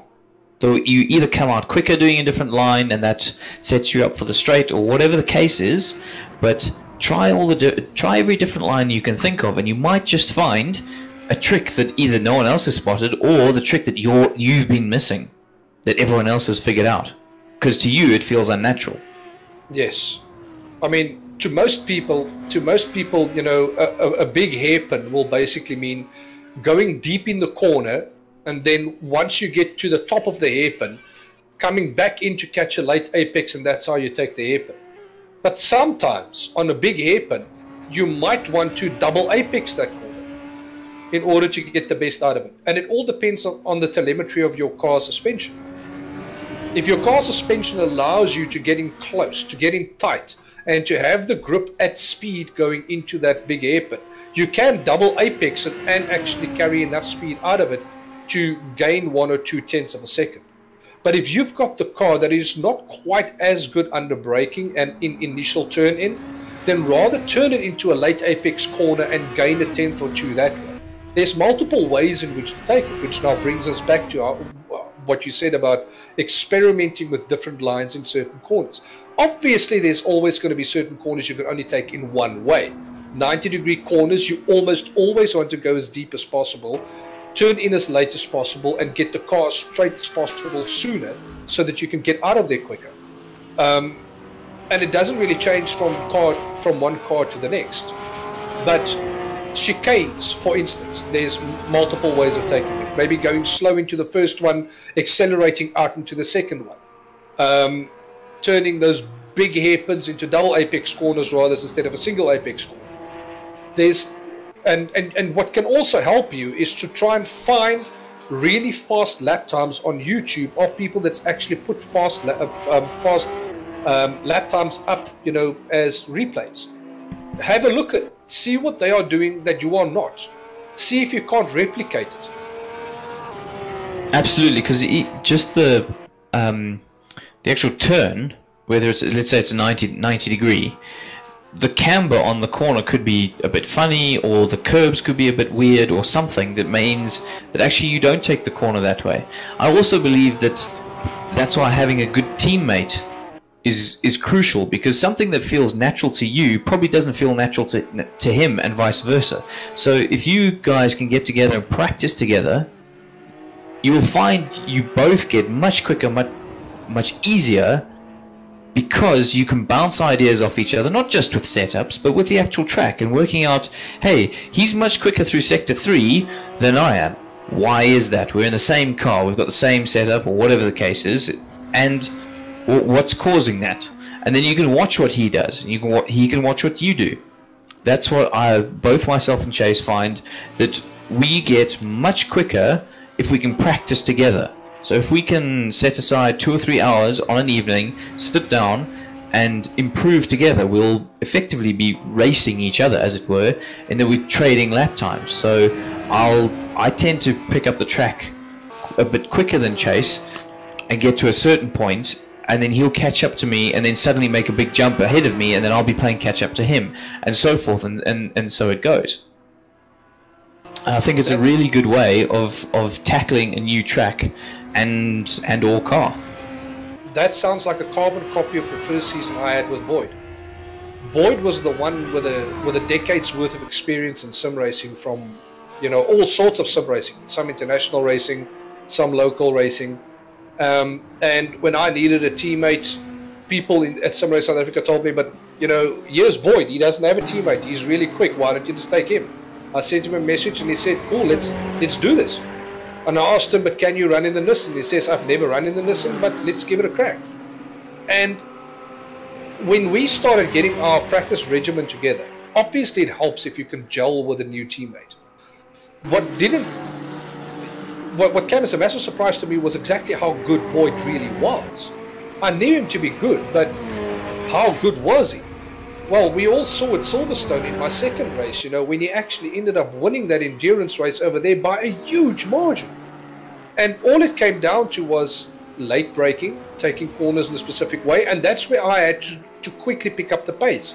I needed to learn how to drive the car properly.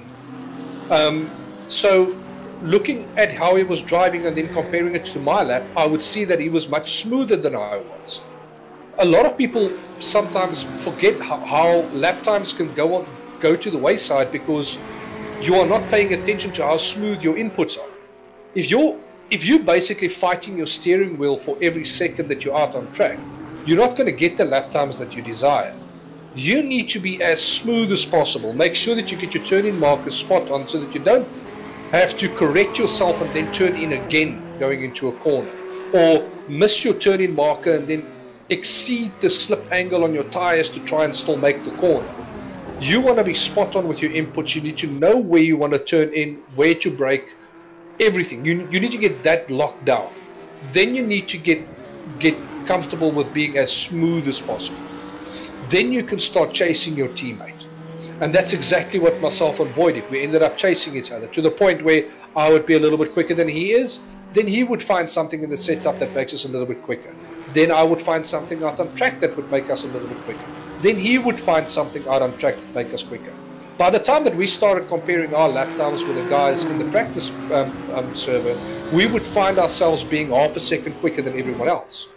Then come race day and one or two people would have caught up to us. Someone like, let's say, Bashir Jadwat and Marcus Stein, Johannes Kutsia at that time. A lot of guys would have ended up catching up. Even guys like Jason Absmeyer would have caught up. So it was almost like a 5, 6, 7 horse race for podium positions. But because of the hard work that myself and Boyd put in at the time, we gave ourselves the best possible chance of podium positions in every single race. I mean, speaking of finding something, Ryan Hill has just set his fastest lap of the race 3.5 seconds quicker than his previous best.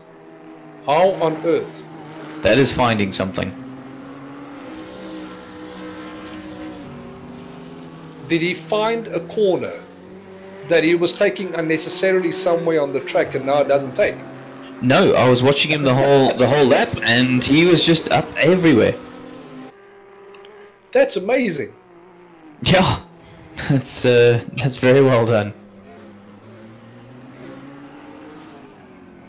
No, look, there's so many little nuances when it comes to sim racing. It's tiny little things that all add up. There's very little use in putting too much emphasis on only a single thing, like only your inputs on your feet, or only your inputs on your steering wheel, or only learning the track properly, or only getting your car to obey your commands. Everything works in synergy. And the quicker you realize that, and the quicker you get into a mode where you practice your corners in synergy with everything, your feet inputs, your hand inputs, making sure everything is as smooth as possible. You've basically ironed out where your turn-in markers and brake points are supposed to be. You are invariably going to shave off, if not seconds, maybe half seconds at a time off your lap time. And this goes for everyone driving in the challenge splits that's just about to join SimRace South Africa. There is so many ways in which you can get better. You must just not see it as a daunting task. See it as a challenge. Absolutely, and it's, well, I know we keep saying it, but it's all about practice. When I was starting to join this, one of the YouTube videos I watched, the guy was saying, right, if it's a track you haven't raced at before, particularly if it's a track you haven't raced at before, do 100 laps. Just go around the track 100 times and get used to the corners where everything is. Don't try and push it too hard yet, but 100 laps, that is a long time. And just get yourself comfortable with where you are and what you're driving, and then start looking. By that stage you would have naturally got to a pretty good lap time, just from the fact that you've gone around the track 100 times. You will have learned where's good to brake, where's not good to brake, where to go, you know, push the corner a bit harder, where to, you know, go a bit slower in, faster out, things like that. And then from there you can start concentrating on the minutiae, as you were saying, making sure your inputs are very smooth. Just as we say that, Ross looks like he's had a bit of a moment. Luckily he does have a 33-second lead from what I can see, so some of that will have been eaten into, and I'm sure his tires are now going to be cooked for a little bit. If this was R Factor, his steering wheel would be shuddering right now like a jackhammer. With these flat spot. Yep. Big time. But he's up and running again with only 4 laps to go. Looks like he's 11 seconds off his delta, so he's lost about 11 seconds with that mistake. Let's be generous and say 10. So he's probably only about 23 seconds. I say only 23 seconds in the lead of the race. It's still a fair margin. Yeah, he's got a couple more spins in him before it becomes a problem. Let's just hope that doesn't happen. No commentator's curse here. I'm holding all the wood that I possibly can right now. Awkward. No, my rig's built out of wood. Get your mind out of the gutter there, young man. Good save.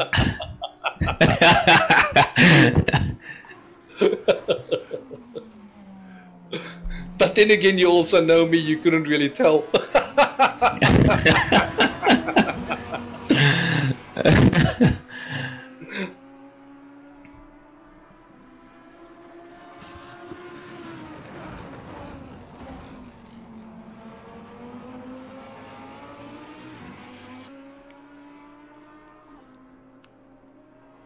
So Jason, when will the 2018 season be starting up? Any ideas now that we're slowly winding down 2017? Yeah, we normally start sort of the first season of the year in the first week of February.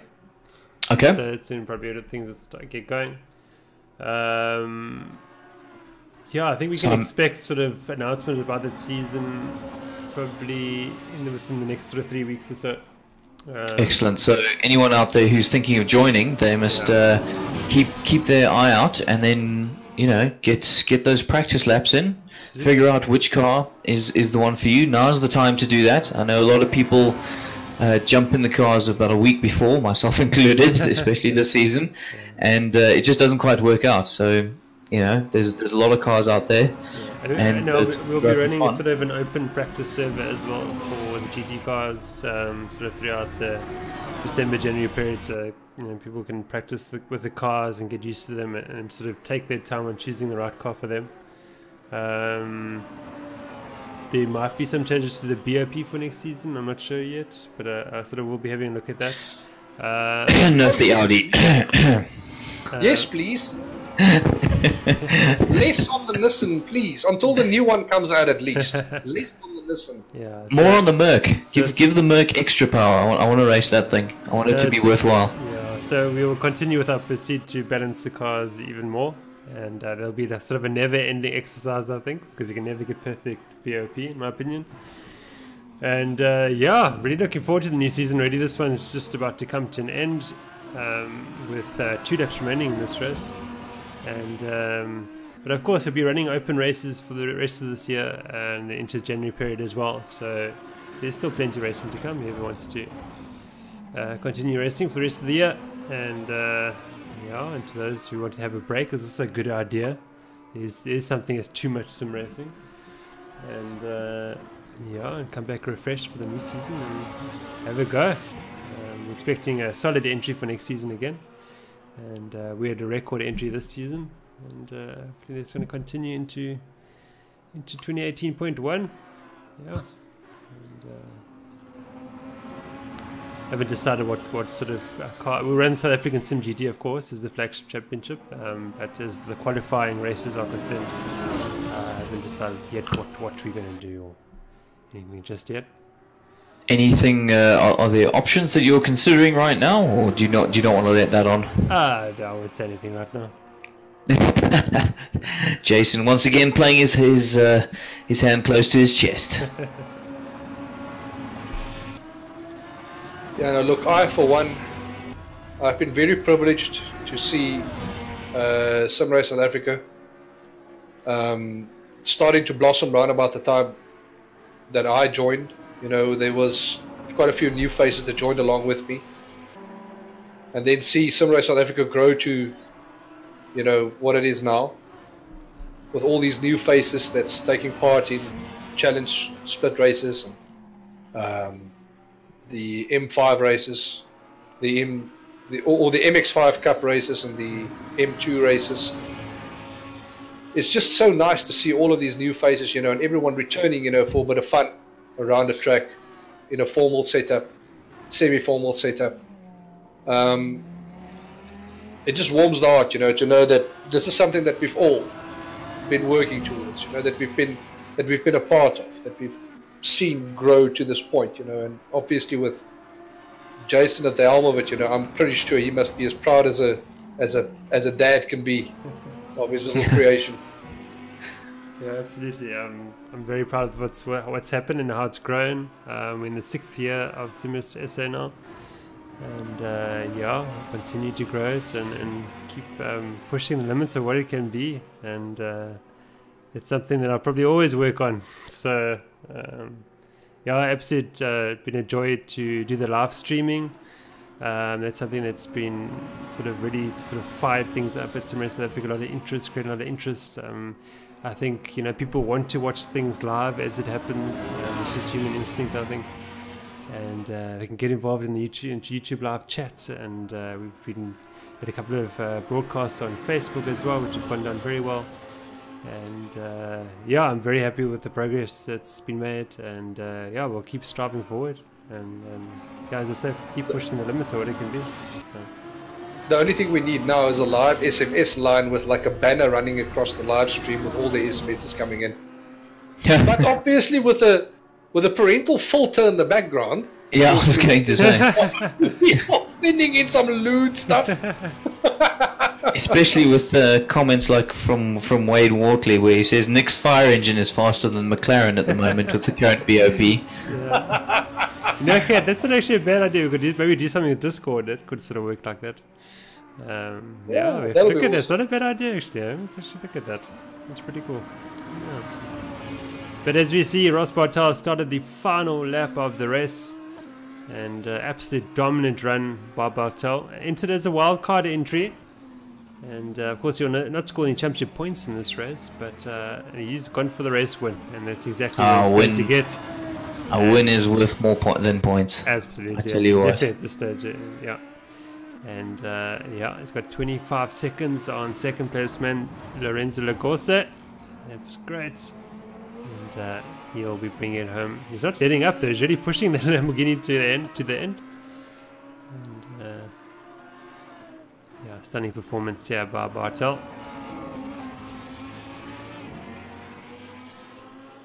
And he'll have the privilege of leading the final lap for the season. The 2017.2 season comes to an end.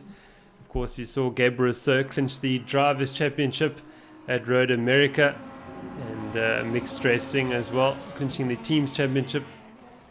And we can look forward to everyone coming back in 2018.1 to either defend their titles or try and win the title for the first or second time. And Bartel down the backstraight for the very last time into the final corner he goes. He'll wave to the fire engine. Around the corner he goes. His line's too good, you don't get to see it. Absolutely. Ross Bartel wins here at Sebring. Congratulations to him. Great drive. And Lorenzo Well done, Ross. also. Yeah, so Bartel wins on day. No, I think he's racing a couple of open races so far. But definitely his maiden South African simGT victory in the challenge split. Quite Claessens must have had some mishap somewhere. Matthew Boyd made it through to podium position. I think Boyd took him during the pit stops, if I'm not mistaken. Whoa! That's right, yeah. Look, also he celebrates in style with a bit of a 360 there. Matthew Boyd will complete the podium. His pit crew will be absolutely annoyed with him right now.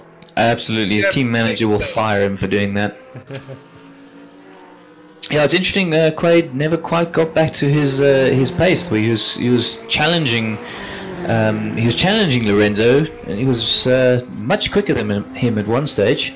I wonder if there was some damage on that car afterwards. Definitely. Quite possible. I think he hit the wall quite hard there, guys. So. Yeah, I'm wondering if he fixed the damage or just left it. No, I think he must have fixed it. It's just with the damage model as it is now, with the damage settings as it is now, I've found that even with a Nissan, slightest damage on the car makes the car almost impossible to corner with. Other cars can still do it, Nissan can't, and I'm pretty sure the car of Lorenzo's couldn't do it. He hit that wall pretty hard. Hugo flaming over the line.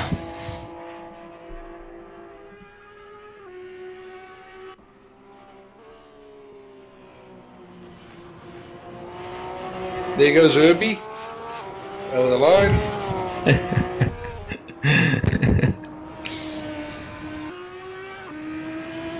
Herbie goes bananas.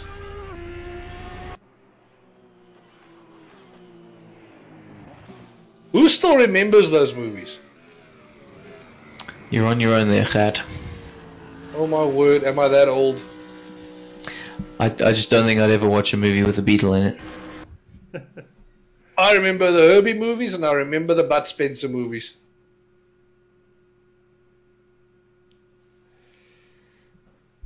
If that gives my age away, tough. I don't want to say it does, but difficult to deny. And on that bombshell, we'll conclude the race. Well, thank you very much, gentlemen, for joining me this evening. It's been a pleasure. And it's been awesome as always. Yeah, and thank you very much for a fantastic season. And yeah, we'll start the planning for the new season. And once again, congratulations to Ross Bartel for taking victory here at Sebring. And congratulations to all podium finishers. Absolutely. All the best for next season. Yeah.